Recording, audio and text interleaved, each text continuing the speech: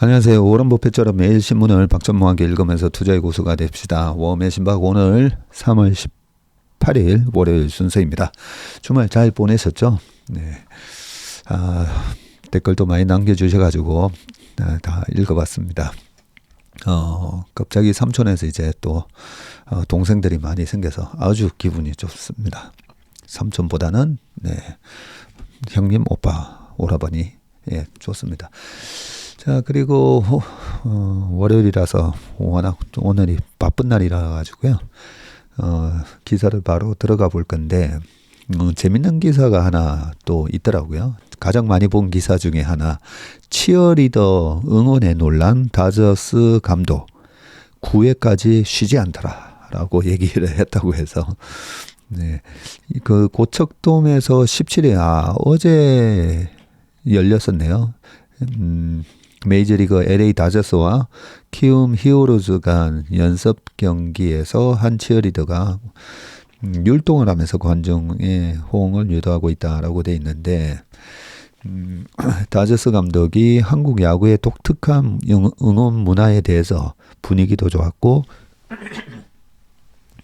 에너지를 느낄 수 있었다. 굉장히 흥미로웠다라고 하면서 이런 응원 문화 때문에 혹시 방해받지 않았느냐 이런 아마 질문도 있었던 것 같은데, 한국식 응원 문화로 크게 방해받지 않았다.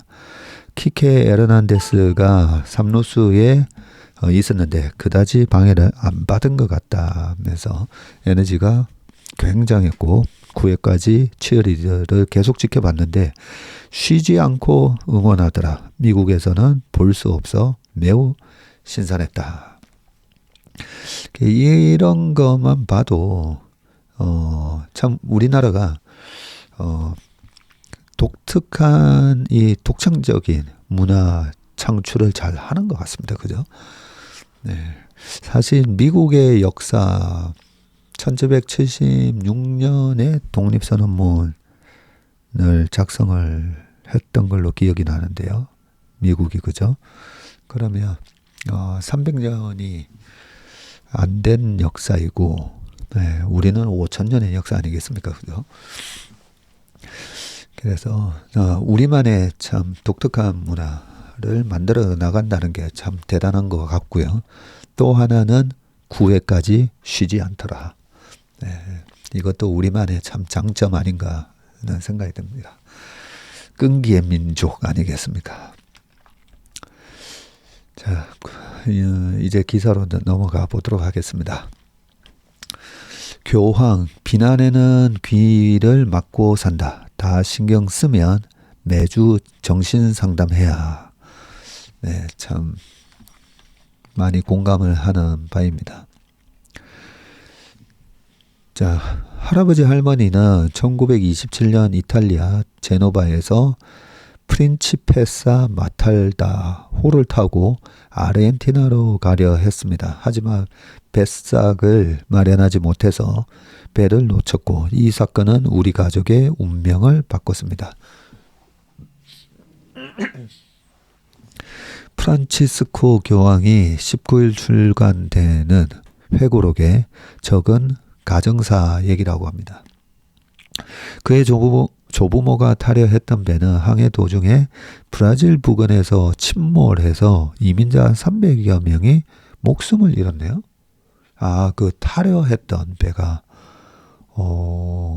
근데 뱃삭을 마련하지 못해서 배를 놓쳤는데, 이거 타셨으면 지금의 프란치스코 교황님도 안 계시는 거다, 그죠? 교황은 2년 후 아르헨티나에 도착한 할아버지와 할머니는 말 그대로 수용소 같은 곳에서 지냈다고 하고요. 그는 중동 아프리카 이민자들이 유럽으로 밀항하는 과정에 매년 수천 명이 바다에 빠져 숨지는 상황에 큰 우려와 비애를 드러내왔다. 이민자 가정 출신으로 그들의 고통이 남의 이야기 같지 않았던 것이다. 곧 출간되는 프란시스코 교황의 첫 회고록인 삶, 역사를 통해 본 나의 이야기. 이게 제목이네요. 세계적으로 큰 관심을 끌고 있고요. 교황의 의록 등을 모은 책이 나온 적은 있는데 올해 88세인 교황이 자신의 인생을 반추한 회고록은 처음이라고 합니다. 교황은 이 책에 자신의 삶에 대한 새로운 사실을 많이 공개했다고 알려졌고요. 순탄치 못했던 조부모의 이민 과정을 비롯해서 젊은 시절의 사랑, 최근 논란이 된 낙태 및 동성애 축복에 대한 신념, 공산주의자이자 독재에 부역했다는 의심을 받게 된 사정 등을 밝혔다고 하고요. 회고록은 바티칸 출입기자 출신의 이탈리아 언론인 파비오 마르케스 라고나와의 인터뷰 형식으로 쓰여졌다고 합니다. 그러니까요, 교황님이 이거 책을 88세나 되셨는데 원고 작성하시는 거는 절대 쉽지 않을 겁니다. 저도 책을 몇 권 이제 써봤지만 산고의 고통이라고 하거든요. 정말 힘듭니다. 정말 그 원고 마감 일자를 계속 미루다가 미안해가지고 막 새벽 5시까지 원고 또 일부 보내고 또 7시 반까지 출근해서 막 이렇게도 했었고요. 다행히 첫 책을 쓸 때는 그때 회사 라이센스가 나와가지고 그나마 좀 시간이 있었었는데 두 번째, 세 번째 책 쓸 때마다 정말 힘듭니다. 자, 그래서 인터뷰 형식으로 했다고 하고요. 자, 교황은 젊은 시절 겪은 사랑의 열병도 털어놓았는데 그는 신학생 시절 짝사랑이 있었다. 영화계에서 일하던 여성으로 나도 인간인 이상 어쩔 수 없었다고 했고 삼촌의 결혼식에서 만난 한 여성에게 푹 빠진 적도 있었는데 너무나 아름답고 영리해 머리가 아찔했다면서 그의 모습이 일주일 내내 머릿속에 떠올라 기도하기 어려웠다고 했고요. 신학교를 졸업하고 예수회 회원이 된 뒤에 일본에 가 선교사가 되려고 하셨다네요. 이 예수회 산하에 있는 학교가 서강대, 우리나라에는 서강대 있고요. 미국에는 보스턴 칼리지. 그리고 아마 듀크 대학인가 노트르담 대학인가가 아마 또 예수의 산하일 겁니다. 자, 그는 하지만 당시 건강이 좋지 못해 허락받지 못했다면서 그때 일본에 파견됐다면 내 인생은 또 다른 길을 갔을 것이고 지금 바티칸에 누군가가 더 나은 삶을 살고 있을지 모른다고 했습니다.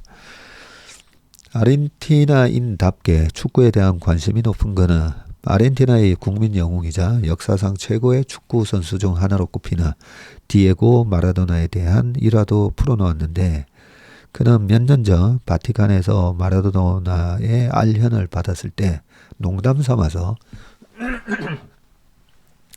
어느 쪽이 죄지은 손이냐고 물었다고 합니다. 네, 축구 좋아하시는 분들은 무슨 얘기인지 다 아시죠? 그때 마라도나가 1986년 멕시코 월드컵 잉글랜드와의 8강전이었었네요. 그때 골키퍼하고의 접전 상황에서 마라도나가 손으로 골을 넣고 막 이렇게 했는데 그때만 하더라도 VR이 없다 보니까 그래서 마라도나는 경기 후 나는 공을 건들지 않았다. 그건 신의 손이었다. 라고 말해서 신의 손이라는 별명이 붙었다고 합니다. 참 말도 잘하네요. 마라도나. 아르헨티나는 마라도나의 활약으로 그해 월드컵을 거머쥐었었네요. 이 신의 손이 아니었으면 8강전에서 떨어졌을 수도 있다. 그죠? 교황은 자서전을 통해서 가톨릭 교리에 대한 자신의 신념도 드러냈고 그는 낙태에 강한 거부감을 드러내면서 낙태는 고용된 살인, 암살이다. 아이를 상품으로 취급해서는 안 된다고 강조를 했고요. 최근 프랑스 등 가톨릭 국가가 낙태권 보장을 위해서 헌법 개정까지 하는 것에 대한 비판으로 해석이 된다고 합니다. 자, 그는 한편으로 동성 커플을 제한적으로 축복할 수 있게 한 지난해 말 결정도 재차 옹호했다고 이탈리아 매체들이 전했고요. 그는 최악의 모욕엔 귀를 막고 있다. 나에 대해 말하고 쓰인 모든 것을 들여다본다며 매주 심리학자의 상담을 받아야 할 것이라고 했다. 교회 내 보수파가 동성애자에 대한 축복을 허락한 것을 두고 연일 그에 대한 비난을 쏟아내는 것을 에둘러 언급한 것이라고 합니다. 그는 자신의 건강과 관련해서 내가 스스로 물러나길 원하는 비판자가 적지 않지만 나는 건강하며 자진사임의 가능성은 멀다고 했고요.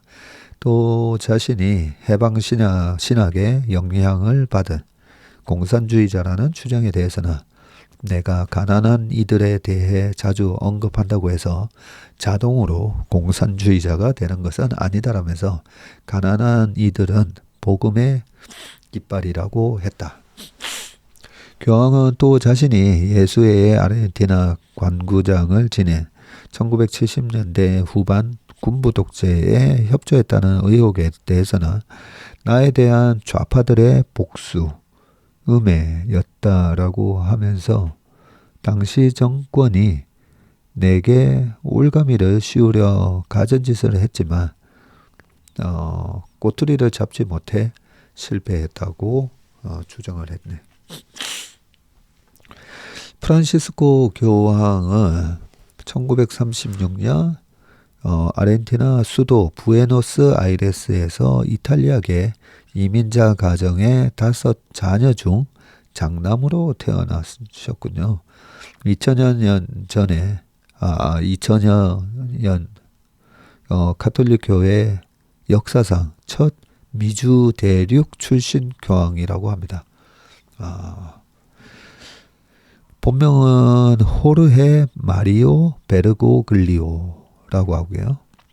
전임 교황 베네딕토 16세가 사임하면서 2013년 3월 교황에 선출이 되셨고 12년째 재임 중이시라고 합니다. 겸손과 소박함을 강조하면서 교황의 궁이 아닌 교황청 방문자 숙소 산타 마르타의 집에 살고 계시군요.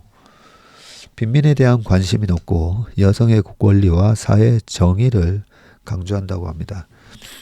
또 동성애자에게 제한적 축복을 허용하는 등 교회 안팎에서 개혁파의 면모를 보여왔다고 하네요. 네, 한 2가지 생각이 좀 떠오릅니다. 아까 그 조붕호께서 이탈리아로 가는 그 배를 만약에 탔었더라면 그죠?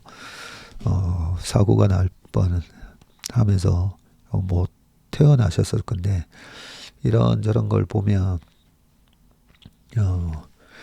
그 세상사 세우중심하고 그 하버드 대학교의 그 유명하신 마이클 샌델 교수님이 한 3년 전부터 말씀하셨던 게 그거잖아요.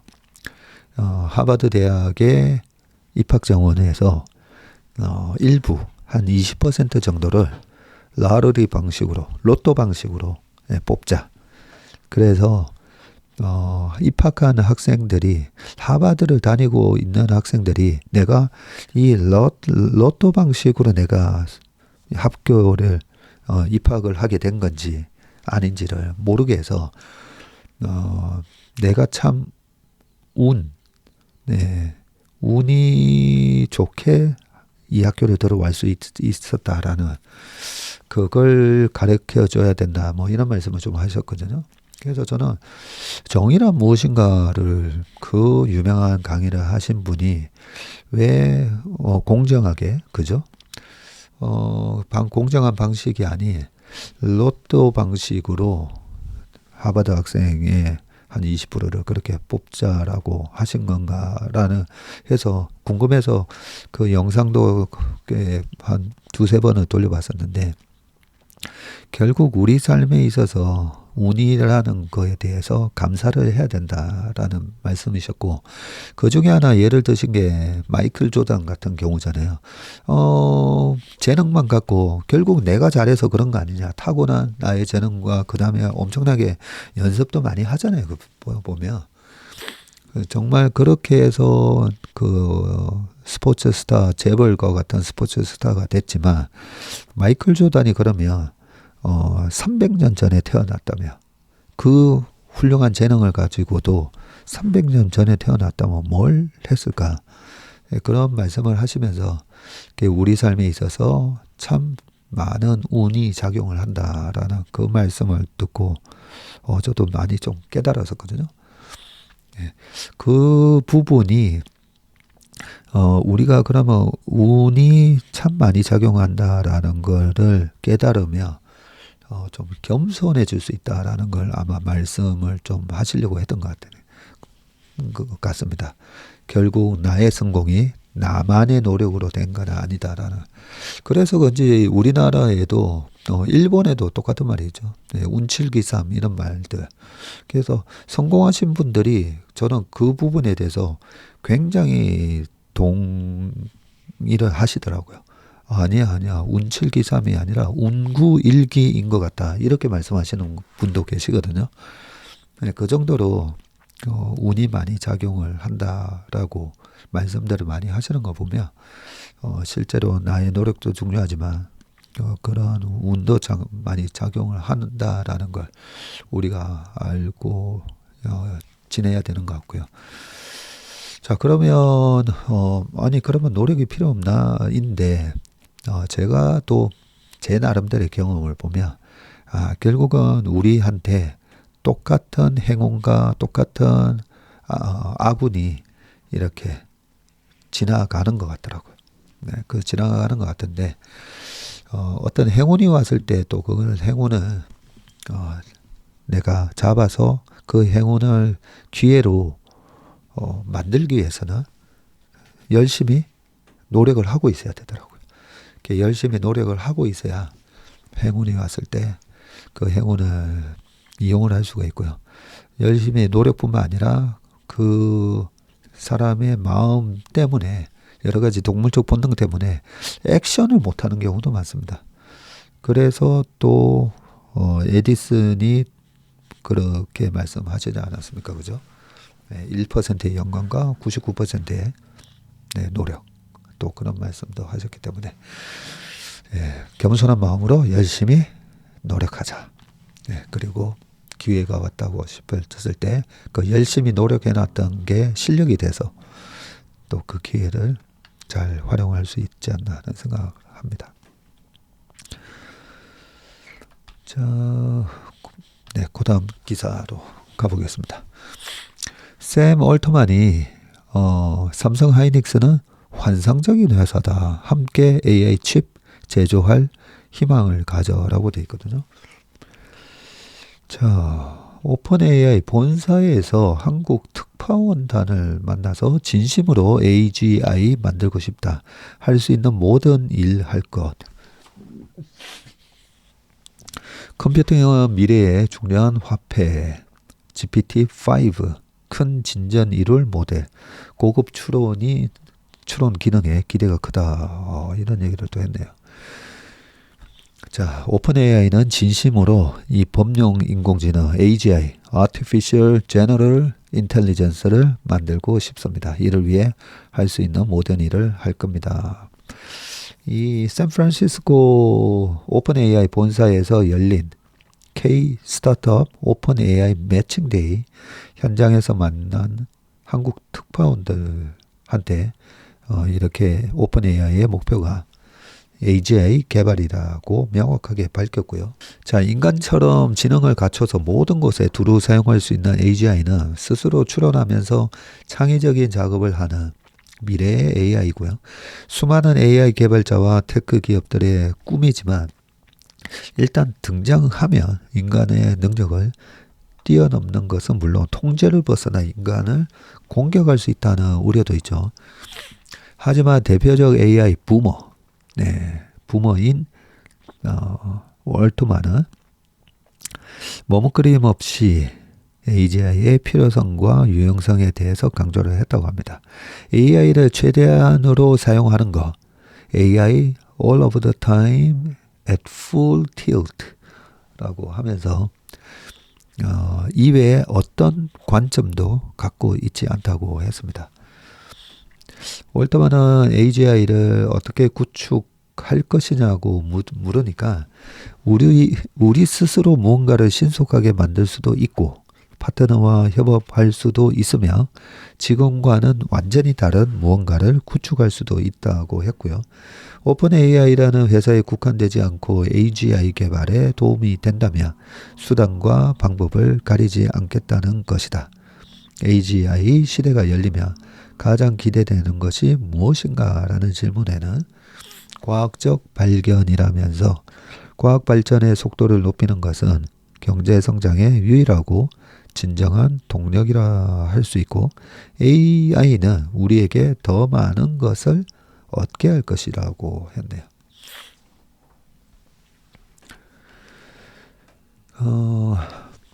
AGI 구축에 집중하기 위해서 모든 부차적인 일을 최소한으로 줄일 것이며 반도체 구축 여부도 그런 시각에서 결정할 것이라고 했고요. 월터만은 지난해부터 중국과 일본 등에서 자금을 조달해서 AI 반도체를 자체 생산하는 프로젝트를 추진하고 있는데 AI 반도체 생산에 직접 뛰어든 것도 품귀 현상을 빚고 있는 AI 반도체 조달에 쓰이는 자금과 인력을 아껴서 AGI 개발에 집중하기 위해서라고 했습니다. 다만 이날 오픈 AI 고위 관계자는 월터만이 반도체 자체 생산을 위해서 7조 달러를 모금 중이라는 보도에 대해서는 금액이 좀 부풀려진 측면이 있다고 했고요. 지난 1월 한국을 방문해서 삼성전자, SK 하이닉스를 만난 그는 이 기업들에서 AI 반도체를 생산할 계획이 있나는 질문에 희망을 갖고 있다. 그들과의 만남은 정말 좋았고 아주 환상적인 회사라고 했다. 방한 당시 올트만은 이재용 회장과 최태원 회장을 각각 만나 AI 반도체와 관련한 협의를 진행한 것으로 알려졌는데 이를 공식적으로 인정한 것이라고 합니다.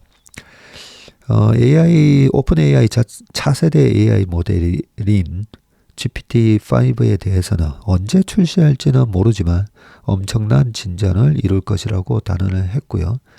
현재 오픈 AI 챗GPT는 GPT-4 버전을 기반으로 서비스가 되고 있습니다. GPT 기술에는 한계가 없다고 자신 있게 말할 수 있다면서 다음 모델에서 선보일 고급 추론, 리즈닝 기능에 대한 기대가 크다고 했습니다. 추론은 지금까지의 AI 모델이 이뤄내지 못한 마지막 장벽으로 여겨지고요. 이를 가능하게 한다는 것은 옳고 그름을 따지고 상황 판단까지 할 수 있는 인간다운 사고를 하는 AI가 나타난다는 뜻입니다. 월트만은 컴퓨팅 연산 능력은 미래의 가장 중요한 화폐, 커런시가 될 것이라는 확신이 있다고 했고요. AI를 학습시키고 서비스할 수 있는 데이터 센터와 AI 반도체를 많이 가진 쪽이 결국 미래 산업에 패권을 쥐고 막대한 부를 빨아들이게 된다는 것이다. 데이터 센터 확산이 세계적인 에너지 부족을 일으킬 수 있다는 지적에 대해서는 AI가 발전할수록 더 효율적인 발전 기술을 찾아내는 데 도움이 될 것이고 핵융합이나 풍력, 태양광 등으로 에너지를 제공할 방법을 찾게 될 것이라고 했습니다. AGI 개발의 난관으로는 데이터 부족 현상을 꼽았는데요. 월트만은 장기적으로 봤을 때 AI가 고도화되며 사람이 생성한 데이터가 부족해지는 데이터 장벽, 데이터 월에 도달할 것이라면서 더 적은 데이터로 더 많은 것을 학습할 모델이 절실하다고 했습니다.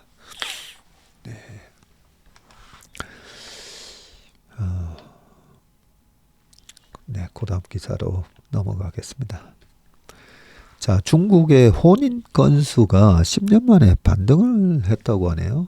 10년 만에. 중국도 계속 혼인 건수가 줄어들고 있었나 봅니다. 자, 중국에서 지난해 코로나로 미뤘던 혼인을 한꺼번에 하면서 혼인 건수가 10년 만에 반등을 했고요. 이게 이연수였을 수도 있겠네요. 중국 정부에 따르면 지난해 중국에서 768만 쌍이 혼인신고를 했네요. 22년도에는 683만 5천 쌍에 비해서 12.4%나 많이 늘었다 그죠? 둥위정 광둥성 정부 참사실 특약연구원은 22년 코로나 팬데믹 때문에 커플 중 일부가 결혼을 23년으로 미뤄가지고 증가폭이 10%가 넘었다고 하고요. 저출산 문제가 심각해지는 중국에서 결혼과 함께 출산율도 반등할지 모른다는 기대도 나오고 있었는데 일부 관영 매체는 길하다는 용의 해를 맞은 올해 출산율이 더 올라갈 수 있다고 전망하기도 했다. 하지만 둥연구원은 청년층의 결혼 양육 의지를 높이는 적극적인 정책이 없다면 일시적인 현상에 그칠 가능성이 크다고 봤고요. 2013년도에 중국의 혼인신고 건수가 1346만 9천 건이었다고 합니다. 한 해에 50만 쌍이 결혼을 한 거죠. 그때 정점을 찍고 계속 감소해 왔다고 하네요. 2019년에 1000만 쌍이 깨져서 927만 3천 건을 기록했고 20년에는 814만, 21년에 764만으로 급격하게 줄어들다가 2022년에 683까지. 그러니까 2013년 대비해서 반토막이 났다 그죠? 중국에서는 혼인 감소는 결혼 정년기 인구 감소 탓이 크다는 분석이 많았고요. 중국 국가통계국에 따르면 지난해 중국의 16세에서 59세 인구가 8억 6,481만 명으로 한 해 전에 비해서 1,075만 명이 줄었다고 합니다. 경제난과 취업난으로 결혼을 포기하는 현상도 혼인 감소의 원인으로 꼽힌다고 합니다. 이 경제가 과연 이 결혼을 안 하고 출산을 안 하는 그 원인일까에 대해서 참 왈가왈부가 많더라고요. 과거에 우리 할머니 세대, 아까 교황님하고 비슷하게 그때 1920년 30년 이때는 살기가 되게 힘들었었는데 그죠? 그리고 우리나라 전쟁 직후 정말 못 살 때, 근데 그 정말 세계 최빈국이었을 때도 출산율이 그때 베이비붐 세대라고 얘기가 나오잖아요.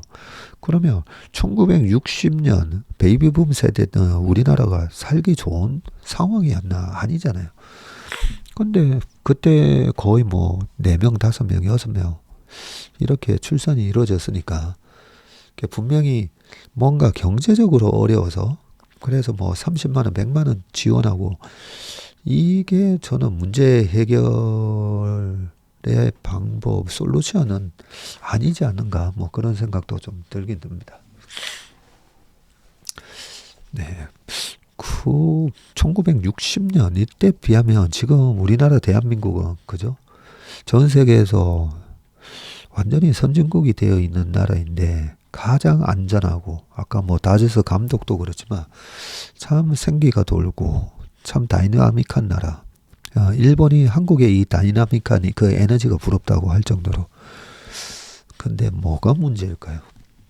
자, 그리고 만물상, 제가 자주 보는 또 만물상 레이저 무기.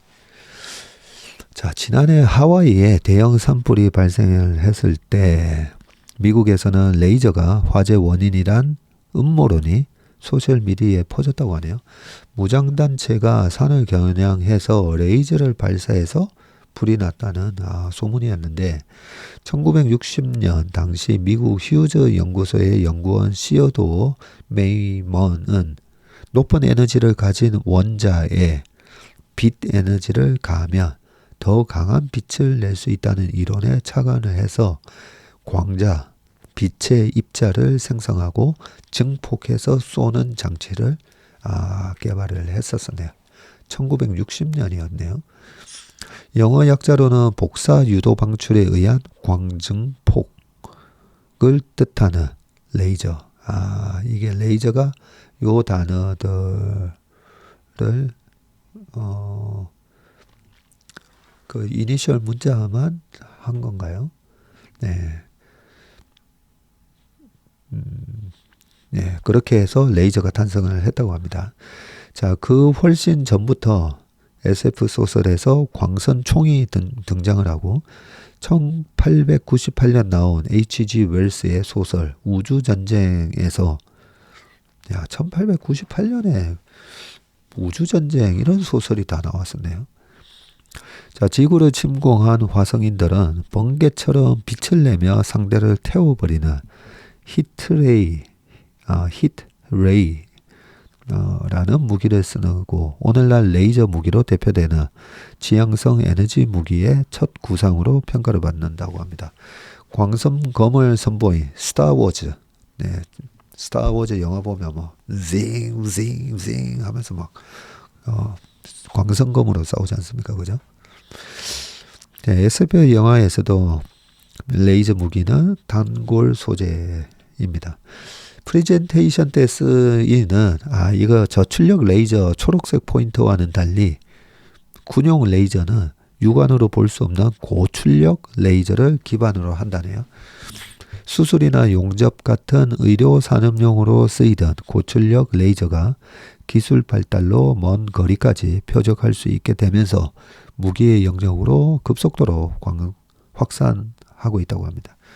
지난주 영국 국방부가 레이저를 발사해서 공중의 무인기를 타격하는 시연 영상을 공개했네요. 약 1km 밖에 100원짜리 동전 크기 표적을 맞힐 수가 있다고 합니다. 1km 밖에 한 발 쏘는데 17,000원 밖에 들지 않고요. 가격도 싸네.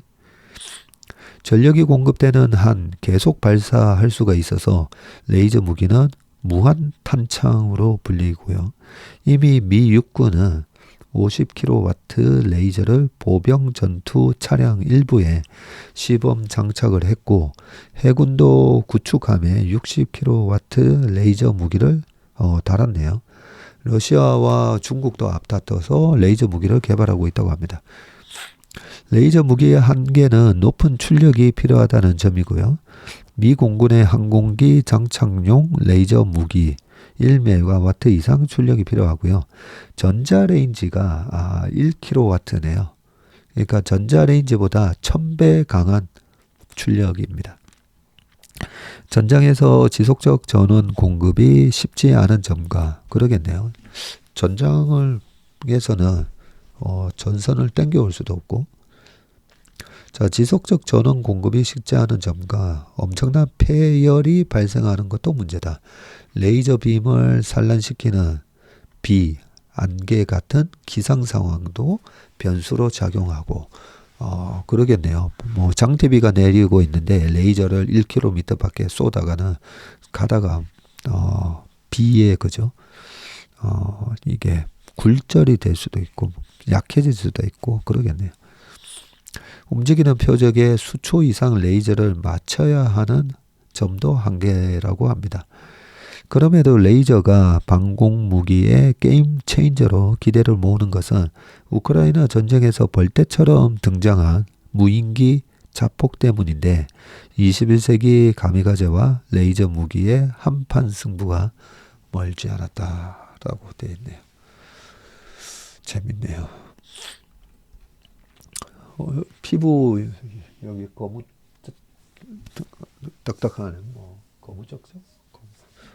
이거 하러 그리고 점 뺀다고 예전에 한 10년 된 것 같은데요. 벌써 레이저 수술인가요? 시술 할 때 되게 따끔따끔 하긴 했는데 굉장히 효과적이니까 그죠?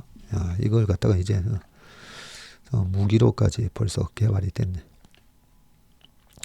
자, 삼성 스마트폰 두뇌 가격 30% 뛰었다. 부품 원자재 가격 급등에 IT 업계 한숨이라고 하는데, 자, 전자업계의 주요 제품에 들어가는 원자재 값이 지난해 큰 폭으로 상승한 것으로 나타났고요. 세계적인 인플레이션과 함께 미중 무역 갈등 등 지정학적 리스크로 인해서 IT 기기 등에 들어가는 원자재 가격이 지금 치솟고 있습니다. 지금 오늘 아침에 보니까 구리 가격도 들썩들썩하고 있고 그죠? 자, 반면 코로나 이후 정체된 소비자 수요는 회복되지 않으면서 완제품 가격을 인상하기는 어려운 또 상황이고, 전자업계에서는 원자재 가격이 기업들의 실적 회복에 가장 큰 걸림돌이 될 것이라는 전망이 나오네. 네. 완제품 가격을 인상 못하니까 매출은 똑같은데 원자재 가격만 올라가다 보니까 매출 이익률이 아무래도 떨어질 수밖에 없겠죠. 그냥 요 표만 보고 넘어갈까요? 삼성전자 주요 원자재 가격 전년 대비 인상폭인데요. 22년도에 46%, 스마트폰용 AP를 23년에 30%나 올렸네요. 그리고 스마트폰용 카메라 모듈도 11% 올렸고, TV 모니터용 디스플레이 패널은 22년도에는 마이너스 51%였는데 23년에 9% 올렸네요. 반도체 웨이퍼도 23년에 1%, 그리고 삼성 디스플레이의 회로기판, 회로기판은 22년에 37%였는데 23년에는 5% 인상밖에 못했고요. 하만 반도체는 작년에 10%나 올렸네요. 23년 주요 전자기업 원자재 또 구매액이 나오는데, 전자가 매출이 23년에 258조 였었는데 원자재 매입액이 무려 96조 2200억 원이나 됐다고 합니다. 매출 대비 원자재 비율이 37%. 그렇게 많이 높지는 않은데, 옆에 LG전자가 나오는데 LG전자는 84조에서 원자재 매입액이 52조나 되고요. 매출 대비 원자재 비율이 62%. 그리고 하이닉스는 29%. 순수 반도체 업체이다 보니까 아무래도 삼성전자는 LG전자의 가전과 하이닉스의 반도체, 거기다가 디스플레이, 그리고 통신 장비, 거기에다가 핸드폰까지 이렇게 좀 섞여 있다 보니까 순수 반도체 회사인 SK 하이닉스보다는 원자재 비율이 좀 높다 그죠? 쭉 내려가는데 미국 반도체 공장 건설 비용도 지금 부담인데, 핵심 설비 가격이 급등한 데다 미국 정부가 대규모 보조금을 지급하면서 삼성전자를 비롯해서 대만 TSMC와 미국 인텔 등이 대규모 공장 건설에 나서면서 자재 비용과 인건비까지 지금 올랐다고 하고요. 전자는 22년 미국 텍사스주 테일러에 22조 정도로 들여서 올해 말까지 파운드리 공장을 짓겠다고 발표를 했습니다. 요 공장이 올해 말에 완공이 되나 보네요. 그러면 이 파운드리 매출이 내년에는 무조건 늘어나겠네요. 거기다가 아마 보조금까지 아마 받게 되는 거니까 그죠? 자, 하지만 반도체 업계에서는 이 비용이 최대 250억 달러까지 늘어날 것이라는 전망이 나오고, 공장 건설 붐이 일면서 노광 장비 등 주요 설비 가격이 상당히 올랐다면서 TSMC와 인텔 역시 공사비 상승과 인력 부족 문제로 지금 어려움을 겪고 있다고 합니다. 자, 배터리 얘기도 나오네요. 밑에 SDI 볼게요. 삼성 SDI의 원자재 매입 비용도 1년 새 11조 8,700억 원에서 13조 7,800억 원으로 2조가량 늘었는데, 그거야 계속 캐파 늘리면서 생산량을 늘리니까 원자재 매입 비용이 늘었을 건데 최근에 양극재나 이쪽은 다 가격이 빠졌는데 그죠? 2차 전지의 핵심 소재인 양극재를 만들 때 사용하는 양극 활 물질과 실리콘과 산소가 결합한 이산화규소의 가격이 오름세를 보이고 있는 탓이다.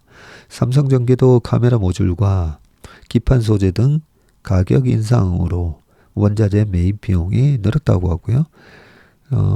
업계 관계자는 전자업계는 원자재 수입 비중이 높아 글로벌 원자재 가격이 상승할 경우 그대로 비용 압박으로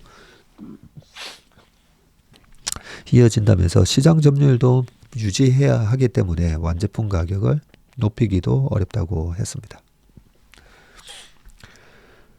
네, 마지막 기사입니다. 자, 머스크가 비밀 스파이 위성 수백 개를 띄운다고 하고요. 미 정부와 2조 원대 계약.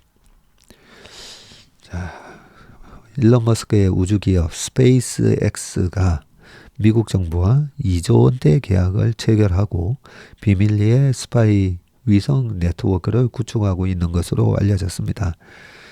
스페이스X는 미 정부 기관 국가정찰국과 21년 18억 달러, 약 2조 4천억 원 규모 계약을 체결했었고요. 스페이스X의 군사용 위성 스타쉴드 사업부에서 관련 사업을 진행하고 있다고 합니다. 로이터는 관계자 5명을 통해서 이와 같은 내용을 취재했다고 밝혔네요. 스타쉴드와 미 정부의 구체적인 계약 규모와 내용이 알려진 것은 이번이 처음이라고 합니다. 스페이스X가 미 정부와 구축 중인 스파이 위성 네트워크의 목표는 세계 모든 곳의 잠재적인 목표를 신속 정확하게 발견하고 대응하는 것이라고 하고요. 최종 수백 개의 위성으로 구성될 스타쉴드는 대형 카메라처럼 지구를 포착하는 이미지 센서 위성과 정보를 지구로 전달하고 통신하는 위성으로 구성된다고 하네요. 이 위성 네트워크가 완성이 되면 아무도 숨을 수 없을 것이라고 로이터가 전했습니다. 스페이스X는 2020년 이후 12기의 스타쉴드 테스트용 위성을 자체 발사체 펠컨 9에 탑재해 우주로 올린 상태이고요. 스타쉴드 구축이 어느 정도 완성됐는지는 알려지지 않았지만 전문가들은 오랜 시간이 걸리지 않을 것으로 보고 있습니다.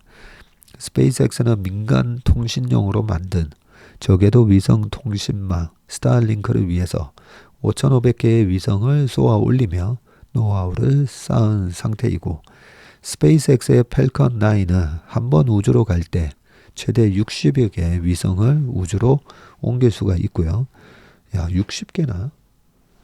발사 비용은 기존 로켓과 위성의 한 10분의 1 수준밖에 안 된다고 합니다. 미국 정부가 위성 통신망 구축 분야에 있어서 세계 최고의 노하우와 기술력을 가진 스페이스X를 활용해서 최신 군사 첩보 위성망을 구축하고 있다는 것이고, 우주 위성망 경쟁이 치열해지면서 러시아, 중국도 대응에 나섰는데 중국은 위성 통신망 구축을 위해서 2021년 국영기업 중국 위성 네트워크 그룹을 출범하고 2030년까지 총 2만여 기의 위성을 발사하는 것을 목표로 삼고 있네요. 자, 러시아는 미국의 위성을 격추하는 미사일 기술을 또 개발 중이라고 합니다. 진짜 말 그대로 우주 전쟁이 나중에 있을 수도 있겠다, 그죠? 네, 오늘 워메신박은 여기까지 하고요. 이번 한 주도 행운이 가득한 한 주 되시길 바라겠습니다. 고맙습니다.